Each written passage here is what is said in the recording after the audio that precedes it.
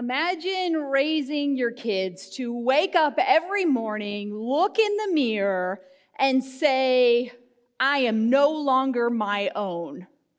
Right? It seems a little bit opposite of what we actually tell them to say. We tell them to take charge of their lives and to be independent and to make choices and deal with the consequences that they make, to chase their dreams. We tell them to, and we also celebrate self-sufficiency and hard work. We encourage our children in our lives to dream big and to take charge of their lives and make something for themselves.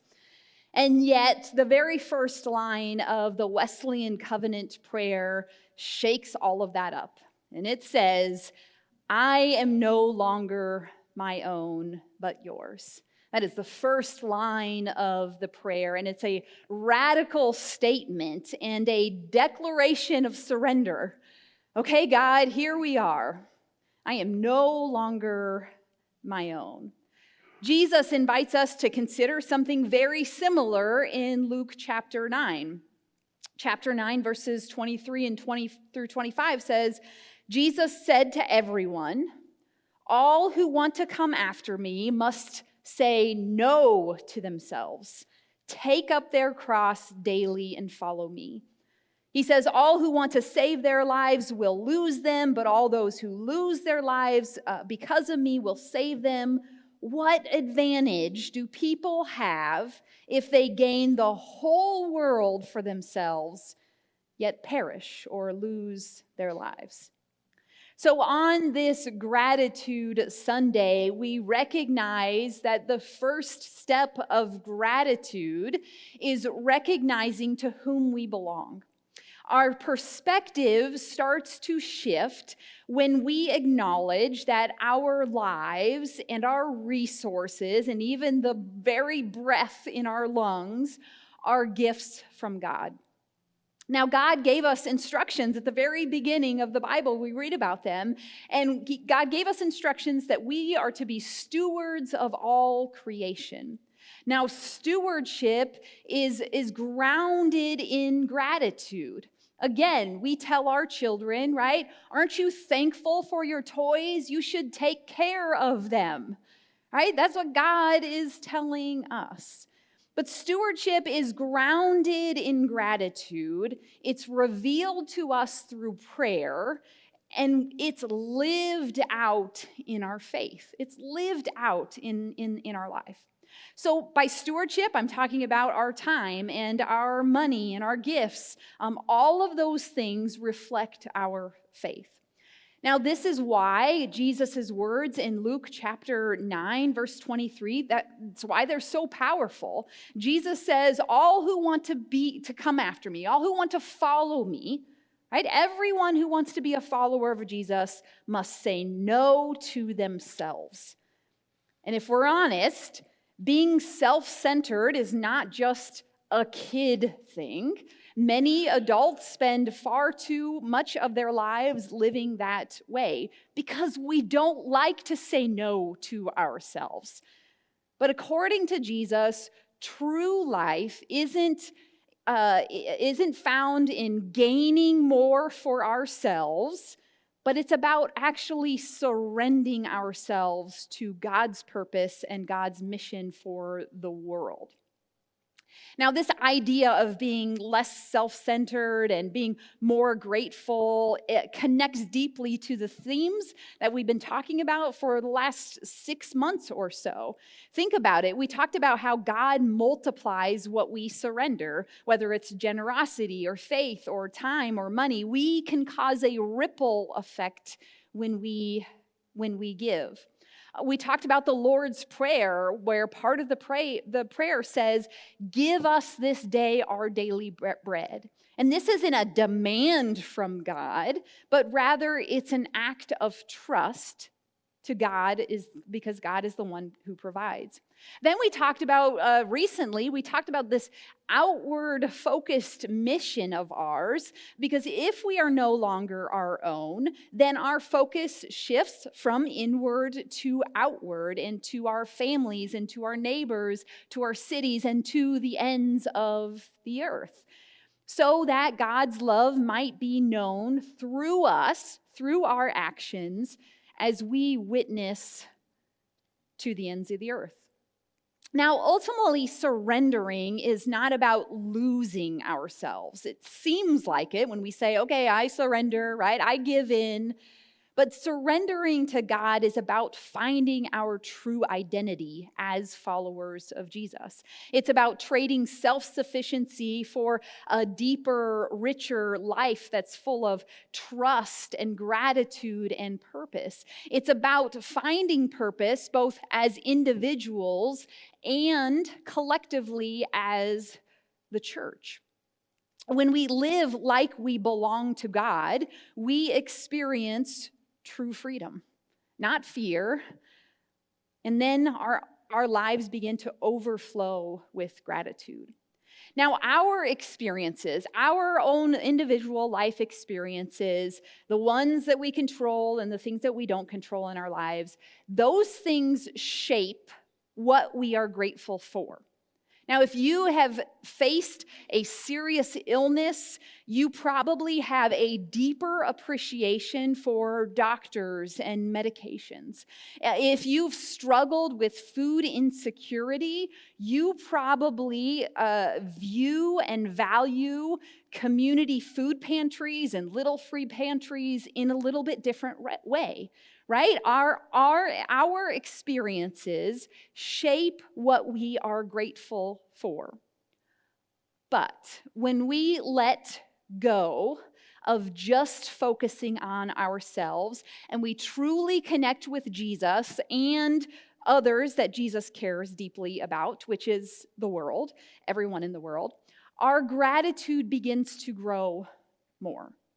So when we walk alongside others through their joys, through their hardships, through the things that are happening in their lives, and we open our hearts up to them, all of a sudden we can find a deeper sense of thankfulness.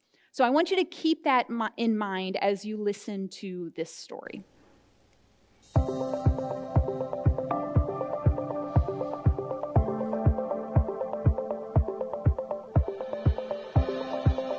Hello Horizons, my name is Patricia Dalago. I have been attending Horizons for about 3 years. I get the privilege to serve on the steering team and I serve on the WAVE Special Needs Ministry. When my family and I were relocating to Lincoln, we were church searching for a while, had visited about 7-8 churches before we found Horizons. So there was this weekend that we were searching for an outdoor playground for our daughter Isabella, who was 3 years old at that time. And when Googling for nearby parks, we came across the Porter Park, which is nearby the church here, right on Brumont Drive. And we decided to take our daughter there to play. And on our way, we drove by Horizons without knowing nothing about it, that was a church or anything. And when we realized it was a church building, we Googled the name and checked out the website and decided to visit. And to me, I felt that I had found the church I was looking for on that very first time here. People were really welcoming and friendly, and really open arms environment, and the sense of community and belonging felt right through me. I'm grateful for Horizons' dedication and mission to lead our kids and all to Jesus. I see the lifetime impact of children's ministry here at my house when seeing my girls singing praises to Jesus goes beyond words. I grew up in a very small town, southern of Brazil, and our church had very limited ministries and resources. I had a brother with special needs, Marcelo, who passed away almost 25 years ago. He is in heaven and did not have the opportunity to attend a special needs ministry at our church, neither experience using an inclusive playground. And I'm so excited that Horizons is launching the Beyond campaign to potentially extend the outreach into the neighborhood and community. My heart goes to those families with kids with special needs that eventually visit Horizons Park and may experience a sense of belonging and inclusion when bringing their kids to play in the inclusive playground. That could be invitational to those families that don't have a home church and feel isolated and disconnected. We have an incredible opportunity to transform the world starting here at our campus to serve our community. My hope is that families with kids with special needs out there in our community feel welcomed and find that sense of belonging and inclusion, and that we connect with those families to live God's love together. God created us to live in community and united, not isolated. Thank you, Horizons, for supporting my faith journey. So, church, will you step out in faith with me?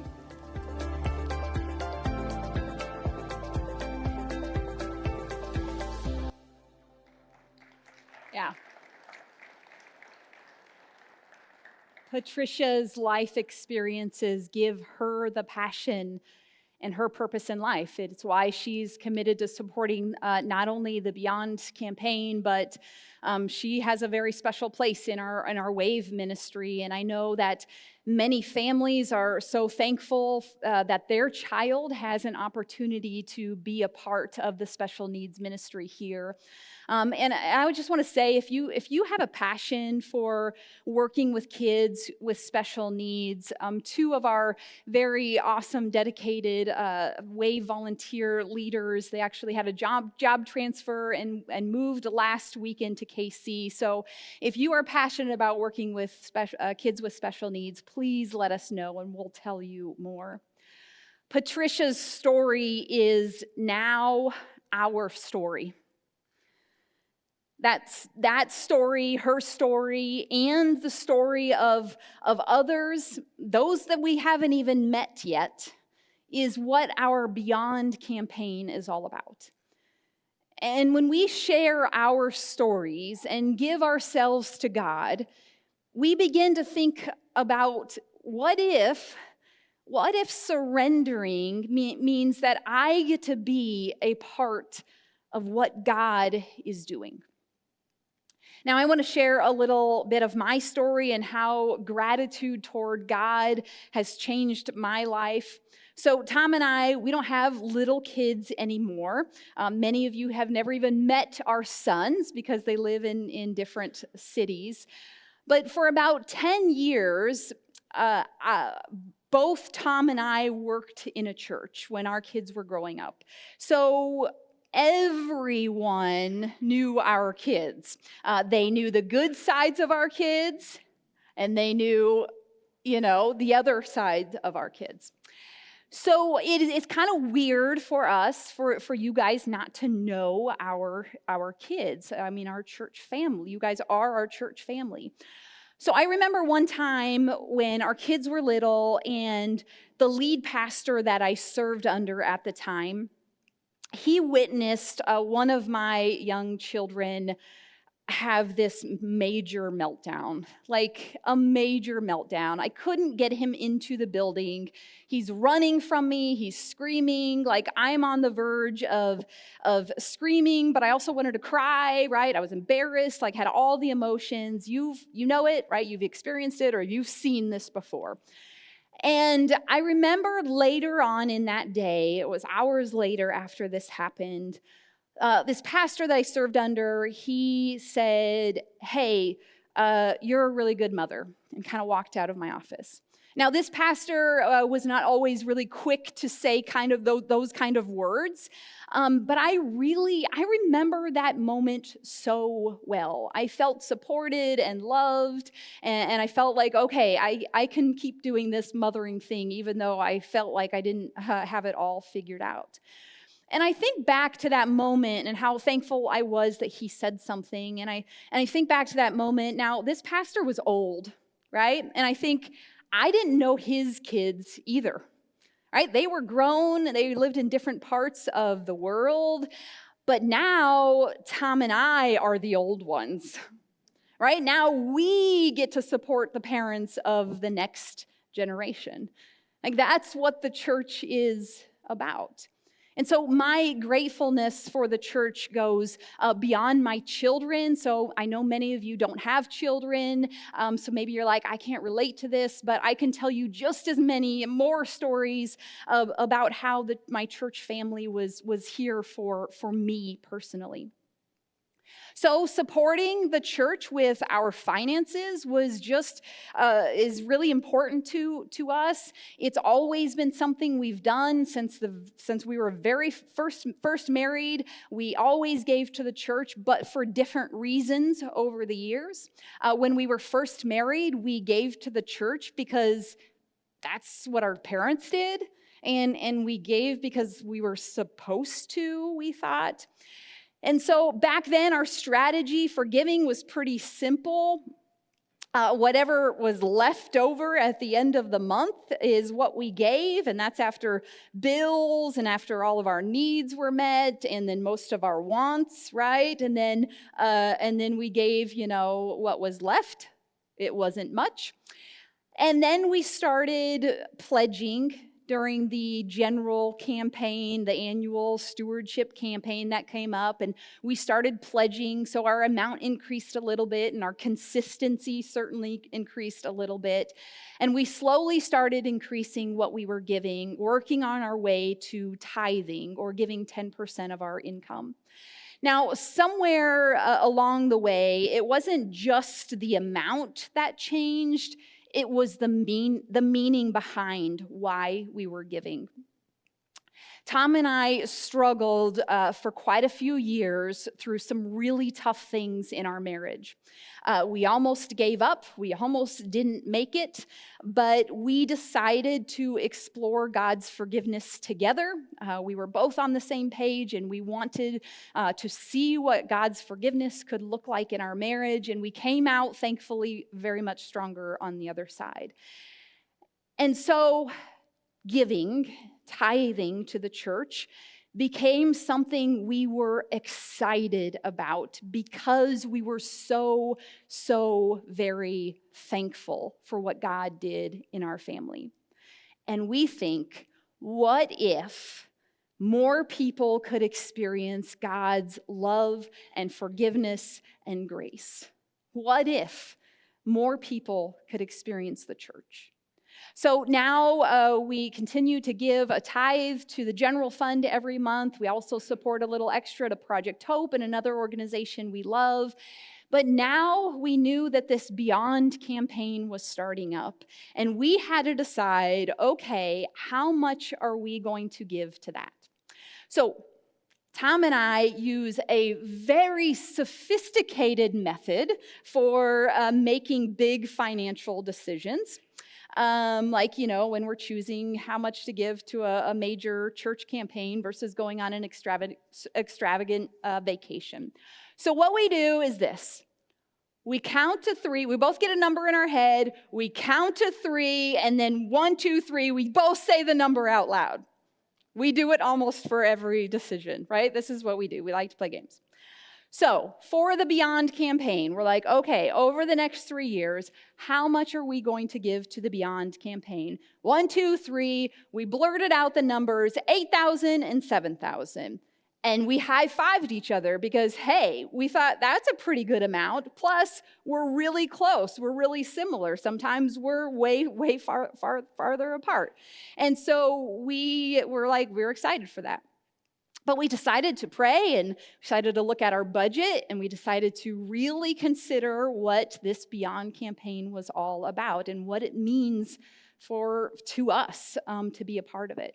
So the more we thought about it, the more we realized how much the church has shaped us.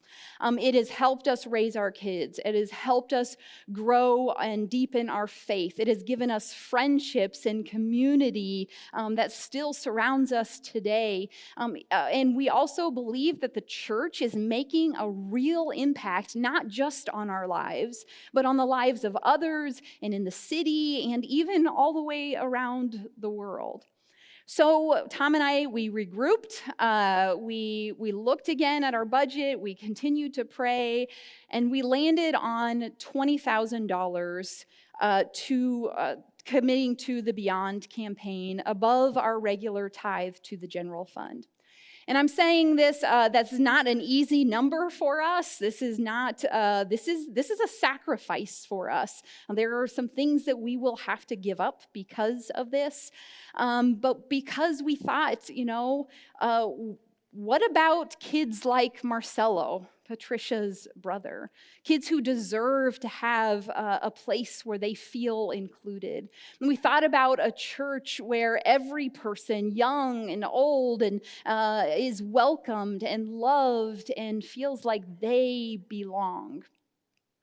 Now, if you decide to make a commitment to the Beyond campaign, your number is going to look different than our number, and it's not about the number, right? Your situation is different than our situation. It is not about the number. It's actually so much more than that. It's about people's lives transformed by Jesus. So whether it's this decision to support the Beyond campaign or any other aspect of your life, what does it look like to say no to yourself? What does it look like to take up this cross that Jesus is asking us to take up? And when we think about that, I invite you to consider these questions. What has God done in your life? And what might God do next through you? Now, I think about this often. I wonder if we ask from God more than we thank God, right? Have we thanked God more than we asked of God? And I think that, like, I'm constantly asking for the protection of my children and for my church family and for my parents and all of these things. And of course, I say prayers of gratitude and thankfulness, but I'm like, I wonder which is actually more in my life. There's this concept called dayanu, and dayanu is a Hebrew word, and it means enough, or it would have been enough. And it's a song in the Jewish tradition where it's sung during Passover, and it's a song of gratitude. The song is they are expressing gratitude for all the things that God has done for the Israelites along the way. And the song goes something like this: if God brought us out of Egypt, it would have been enough. If God parted the Red Sea, it would have been enough. If God provided for us in the wilderness, it would have been enough. Right? And the song goes on, and we can apply this to our own lives. Right? If God if the only thing God gave me was wonderful, faithful parents, that would have been enough. But yet God continued to bless me. Now, all throughout Scripture, there are poems and Scripture about thankfulness to God, right? Giving praise and gratitude to God. First Chronicles chapter 16 says this: "Sing to the Lord, all the earth. Share the news of his saving work every single day. Declare God's glory among the nations. Declare his wondrous works among all people, because the Lord is great and so worthy of praise. He is awesome beyond all other gods, because all the gods of the nations are just idols. But it is the Lord who created heaven. Greatness and grandeur are in front of him. Strength and joy are in his place. Give to the Lord, all families of the nations. Give to the Lord glory and power. Give to the Lord the glory due his name. Bring gifts. Enter his presence. Bow down to the Lord in his holy splendor. Give thanks to the Lord, because he is good, because his faithful love endures forever." Gratitude means action. In this passage, it talks about the responses: sharing and singing and declaring and giving and bringing gifts and bowing down, right? Action. And so today we are going to take action and be thankful. Being thankful is something every single person can do, young and old. In fact, we have asked, you guys all have triangles on your seat, but we have asked our kids in the DZ and Fusion and Arise to write down what they are thankful for. The last couple of weeks we did that, so you'll see this picture here up front with different triangles. They have yellow and orange triangles, and you'll see what they are thankful for. I read some of them. There's a lot of kids who are thankful for donuts. I mean, there are pictures of donuts, the word donuts, like it's you come up here, you will spot the donuts. There are kids who are thankful for their friends. There are thankful for their teachers and family and friends. One kid wrote baby God. And I don't know if it's like they're thankful for baby and God, or if they're thankful for baby God. I don't know. Either way, it's adorable. So in a moment, I'm going to ask you to write what you're thankful for on this triangle, on this symbol that we are going to bring forward. And if you're watching with us online, you can text the number 512-5700, and you can text what you're thankful for. And there should be pens on the back of the chairs and in the triangle. I am grateful for the church staff. I am grateful for this church community's outward focus. I think it is so incredible. So as you are thinking about that, I'm going to say a quick prayer, and then I'm going to just invite you to come forward. Gracious God, we pause to give you thanks. God, you have blessed us over and over and over again as people of faith and as individuals, and we pause to say thank you. We're gonna lay these at the altar. We're going to say, God, you are good. You are great. You are holy. You are with us. You are guiding us. You are the light of the world. So God, bless all of these things that we write down, and the things that can't fit on this triangle. God, we give you thanks and praise. In the name of Jesus, amen.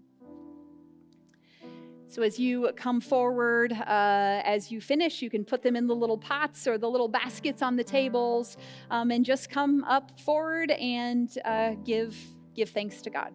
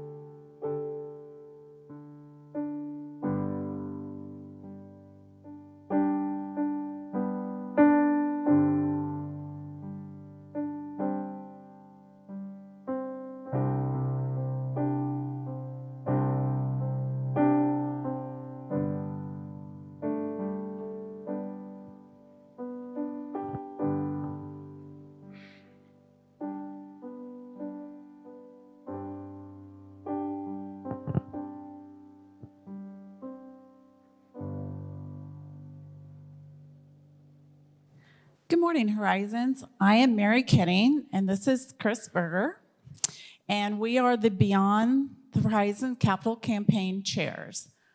We have had a wonderful team of 23 volunteer leaders that have been working on this campaign for several months. Plus, many other teams at Horizons has also been helping in the background, just prepare for this. The Beyond the Horizons campaign, it's a generosity campaign over and above your regular giving to the general fund. It's a 3-year commitment. You can give towards this commitment over the course of 36 months, which runs from May of 2025 through May of 2028. There are 3 different benchmarks that this campaign may reach. The steering team is committed to completing the projects that correspond with the level of commitments that we receive during this period of time. The first benchmark is called the ground level. This benchmark is set at $1 million and includes resurfacing our entire parking lot, replacing, which sounds like that may start soon, hopefully, and replacing all of the building's 20-year-old HVAC systems. There is also an automatic electronic accessible door button for the front door that is going to be added, and a few small cement repairs. And I'm excited to say that that project has been funded due to a grant that we received. So that's really awesome. And then we have the missional space, and that's going to be so cool with the inclusive playground equipment and surfacing the front field. And all of that's exciting. We have 2 other levels that we're going to be essentially trying to hit. So the next level is going to be the 1.3 million level, which is going to be the Horizons benchmark. So this is going to include everything that Mary mentioned, but it's also going to include replacing a bunch of speakers in here. So these speakers that you're hearing stuff on are 20 years old, and Brian is clapping behind me because he's really excited at the prospect of that. It's also going to include some worship center lighting and stage upgrades. It's going to include a children and youth wall wraps, similar to the one that you see out in the atrium. And then it's also going to include some reserves for the building and property.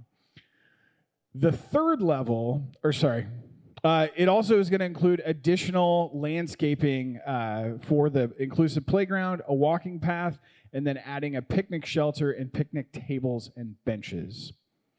The biggest level that we can reach is going to be 1.6, and this is it's going to be a big reach to hit this 1.6. But if we do, it includes everything else that we talked about, and then it's going to have the big one, which is the atrium flooring. That atrium flooring, and then the flooring in here is exactly as old as the building is, and carpet in some of these places would help a lot with the sound as well as the speakers, which would be fantastic.